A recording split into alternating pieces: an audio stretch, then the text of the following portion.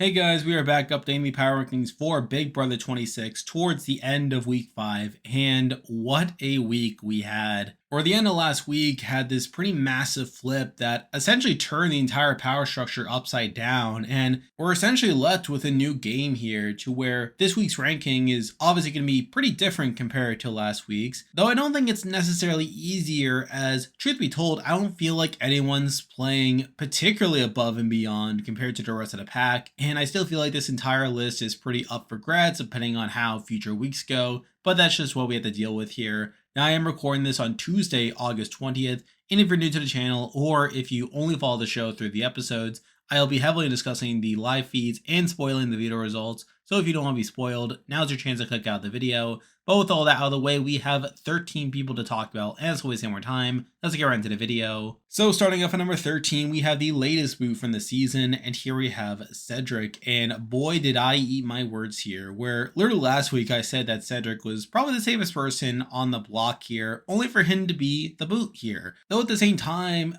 a lot of stuff had to go wrong for Cedric in order for him to be the boot here, and a lot of it coming at the very last moment where, for one, you have Quinn outing the Pentagon to the likes of Kimo and T-Core that really propelled them into action, where before that they were pretty passive for a lot of the week, despite them wanting to keep Rabia in the game, but that really sent them into action to try to keep Rabia in the game. You also have Brooklyn and Chelsea really letting go of their relationships with Leah and McKenzie that really opened them up to potentially flip against them, and we see that play out there. You also have McKenzie very narrowly winning the AI Arena comp, where had that not happened, had Rabia just been a little bit faster at hitting her button, then McKenzie would have been the very easy target instead of Cedric. And even after all that, you still have McKenzie and Joseph being very loose with their votes and only deciding to vote out Cedric at the very last second. So really a lot of things had to fall into place for Cedric to be the boot here. And it's obviously very unfortunate to see Cedric going out here, considering you can tell how upset he was when he was taken out of the game here. Now, yes, a lot of the same issues apply that I said with before, like the fact that he volunteered for the block in a spot where he didn't have to. Again, that was really what made this all possible to begin with. And while I think he probably would have been target at some point anyway, with people like Tucker coming after him, with him just being a pretty big threat compared to the other people within the Pentagon, I still feel like Cedric is easily the best boot so far. I feel like he didn't play that poorly of a game outside of him being pretty passive during the past week. I still feel like he played a mostly solid game during the first couple weeks. I feel like a lot of things had to go wrong for him to even be the boot in this spot. And even when people were voting him out, you can very clearly tell that people like Cedric and that they were very torn emotionally about voting out Cedric and felt like that they had to propel their games.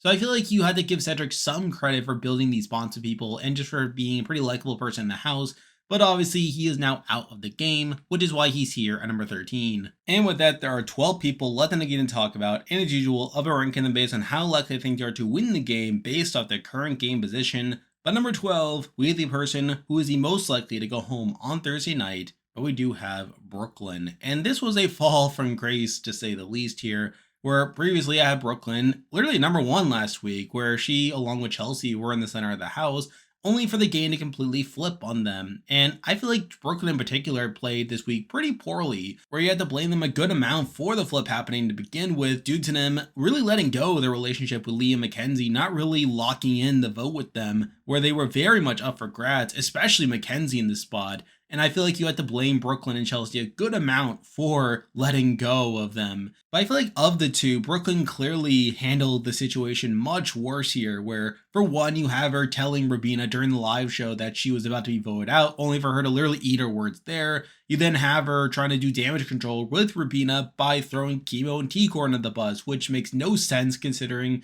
that Kimo and T-Core just worked to save Rabia, and Rabia obviously wouldn't listen to them there. I feel like this week just really confirmed that Brooklyn's just pretty bad at handling adversity, and once she's in a pretty bad spot, she's not really good at recovering. And we really see that play out, where of the two, Brooklyn immediately becomes the house target and someone that Tucker wants to go after. And sure enough, we do see her going up with her being accused of being a snake and stuff.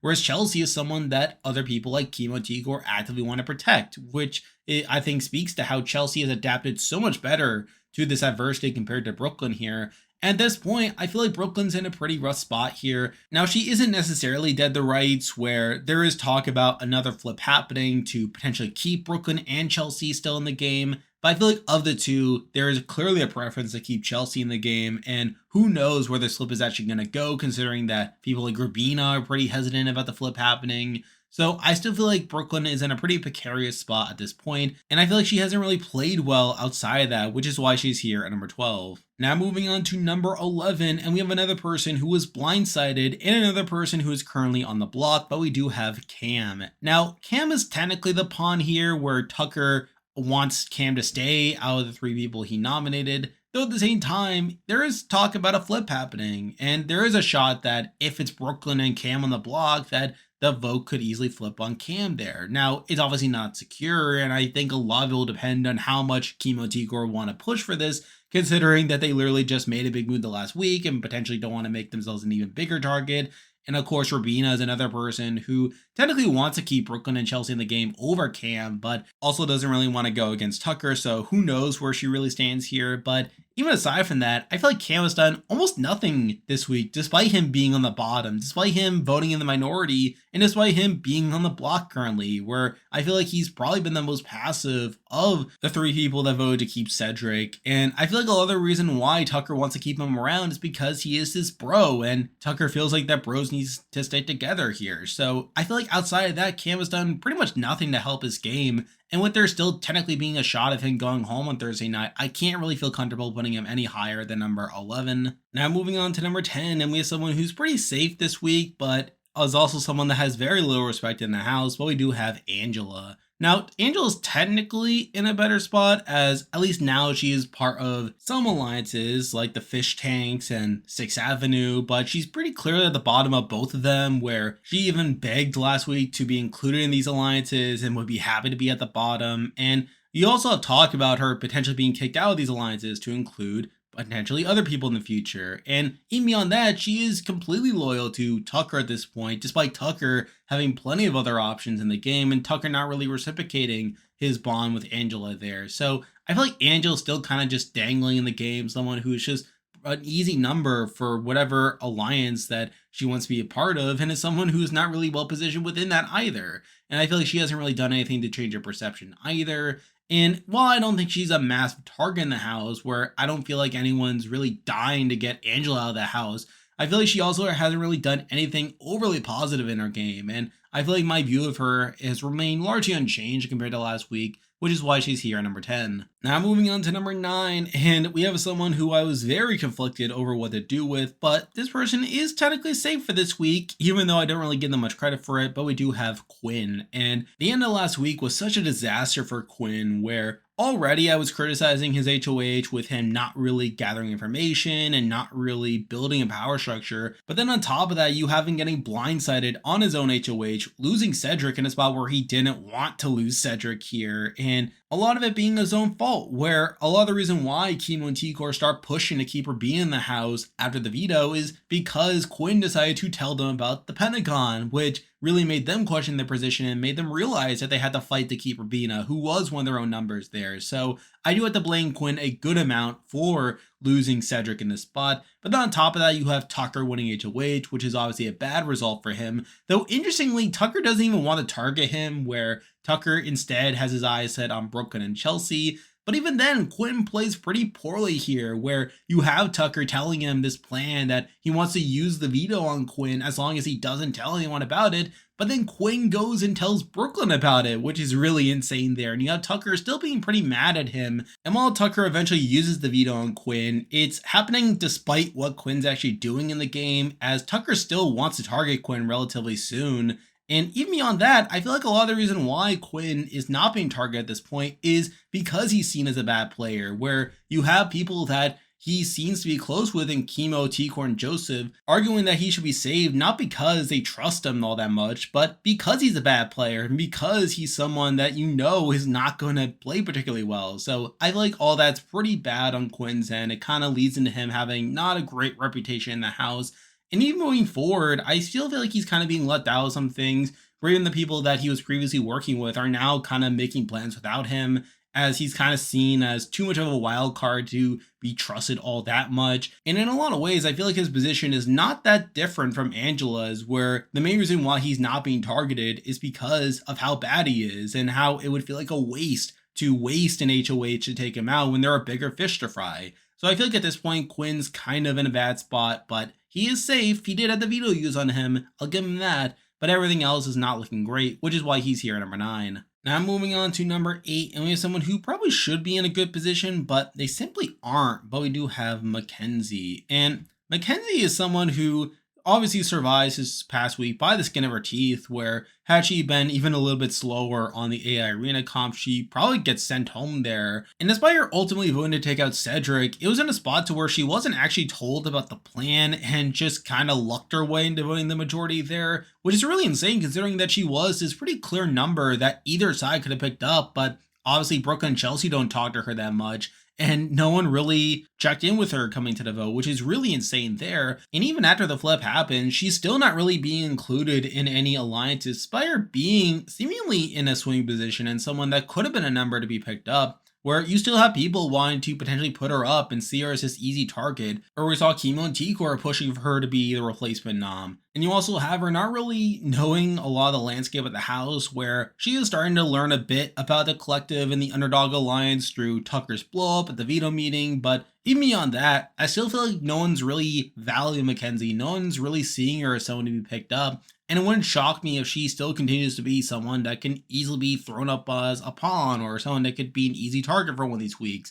So despite her technically having this opportunity to improve her position, she hasn't really used it at all, and she's still kind of in the same spot to where she was before. So I feel like for that reason, despite her being part of this big flip that happened, she hasn't really improved her spot at all in a spot to where she could have. So it's for that reason that I leave her here at number 8. Now moving on to number 7, and we have someone who is very difficult to assess, but we have the current head of household, and here we have Tucker. And Tucker just confuses me at this point over where he really stands in the game. Where on one hand, he obviously has people that are willing to work with him, where he has people like Angela in his corner. Rabina is someone that wants to work with him moving forward. We've seen Joseph really putting in a lot of work to build his final 2 with Tucker that he may or may not be loyal to. And mixing that in with his complete dominance in these competitions, it has kind of put him in an interesting spot here. Though at the same time, I do very much question how stable this position is and how much it really is dependent on him winning competitions. Where I still very much feel like that despite these people wanting to work with him, that at the first opportunity that he doesn't win a comp and he is vulnerable to be taken out, I very much suspect that people will take that shot and people will feel like that if they don't take the shot now, that they never will. And it kind of puts him in a weird spot where on one hand, you have people willing to work with him. You have people that are kind of sucking up to him, but how much of that is because he's just winning competitions and how much will that carry over once he stops winning competitions, if ever?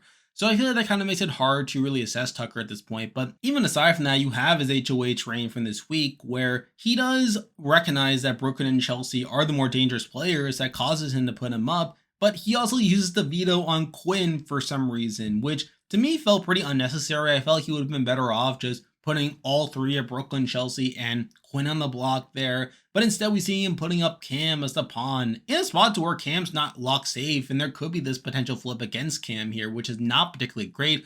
And then you have him using the veto on Quinn, even after Quinn broke his word by telling Brooklyn about the fact that Tucker was going to use the veto on Quinn here. And just the whole concept of him using the veto on Quinn here is not particularly great in my eyes, especially considering that Quinn still wants to come after him at some point. So I think there's definitely things to question with Tucker's HOH reign here, but he is still technically in an interesting spot moving forward, and how much of that is dependent on comps, we'll have to see. But I feel like for that reason, I do have to leave him here at number 7. Now moving on to number 6, and we have the highest ranked person on the block right now, but we do have Chelsea. And Chelsea's kind of in a weird spot right now where she's obviously on the block. She was put up after the veto ceremony, which is not particularly great. And while I think she has the most defenders if she were to stay up on the block, you never really know, especially if Brooklyn wins the AI Arena comp and depending on what other people want to do. So she's not lock safe here. And I feel like that's a big reason why I can't have her any higher. But at the same time, I feel like of the people that were blindsided at the last vote, I feel like she has played it by far the best, where she has managed to remain relatively calm.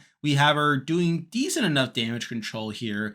But I think the biggest thing is that you have Kimo and Tikor really fighting to keep her off the block, where we really see them pushing to get MJ on the block over Chelsea, despite them not even having that strong of a relationship with Chelsea, which I think really speaks to how Chelsea has managed to remain in probably the best spot of the people on the block right now. So I think that's a major thing to consider in my eyes. That, and also people are blaming Brooklyn way more. Brooklyn has kind of soured her position in the house way more than Chelsea has.